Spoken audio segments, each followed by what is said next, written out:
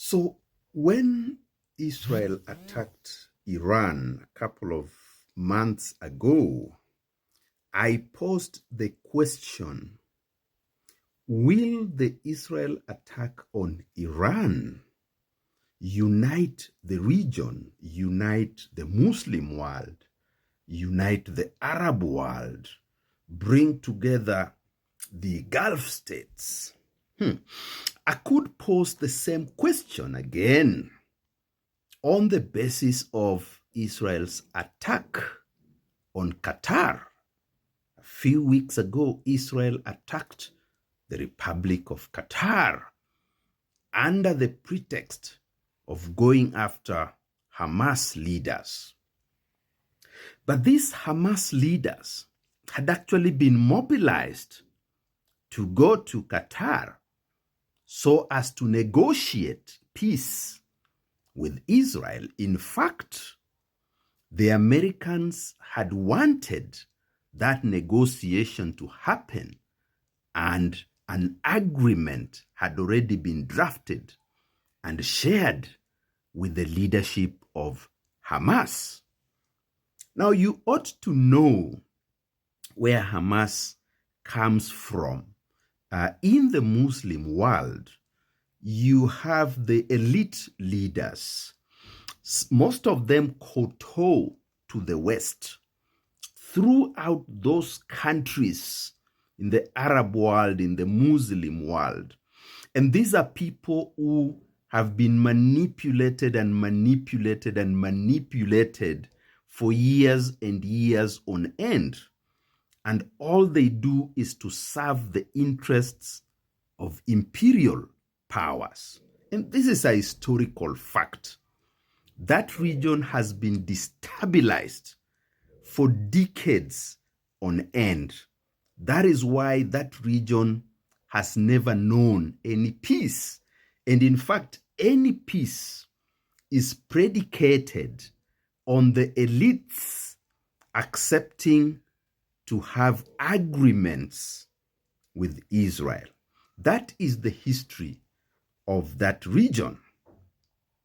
Now, what happened after Qatar is that a lot of these countries are now speaking to each other, because all of a sudden they have realized that they are living under this false paradise. They have been thinking that now they have a convergence of interests with Israel and its patron, the United States of America, and by extension, the entire Western world, which today continues to enjoy some level of hegemony. So the question as to what will now happen in that region is extremely important. Israel did threaten that any of those countries that will harbor the leadership of Hamas will suffer the same consequences, meaning that any of those countries which hosts peace negotiations will be bombed and its people will be killed.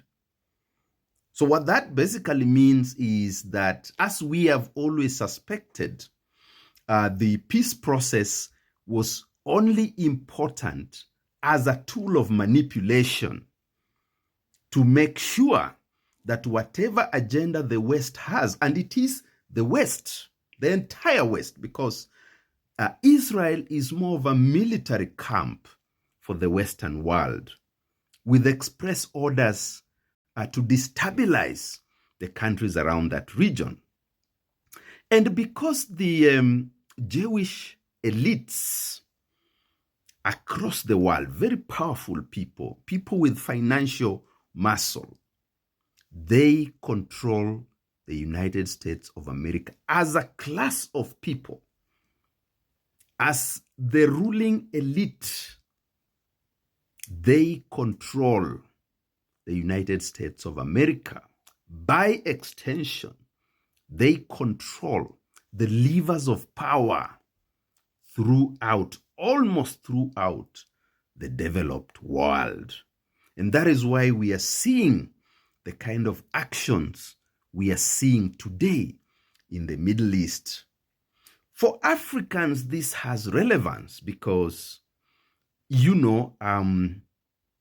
the Arabs have been treated like trash, the same way Africans have been treated like trash. And I know there are many people who are confused by religion. There are also those who are saying, well, the UAE and others are involved in destabilizing the Sudan. That is true. That is true. But the solution to that is not to think that the West are your friends. The solution to that is to confront the wannabe imperialists who are involved in destabilizing the Sudan and other countries that are now caught up in war. Are we seeing the beginning of the Third World War with the threats against Egypt? Because Egypt is one of the countries, apart from Qatar, that has actually been hosting the peace talks, which was supposed to happen between the Israeli ruling elite and Hamas. So what next?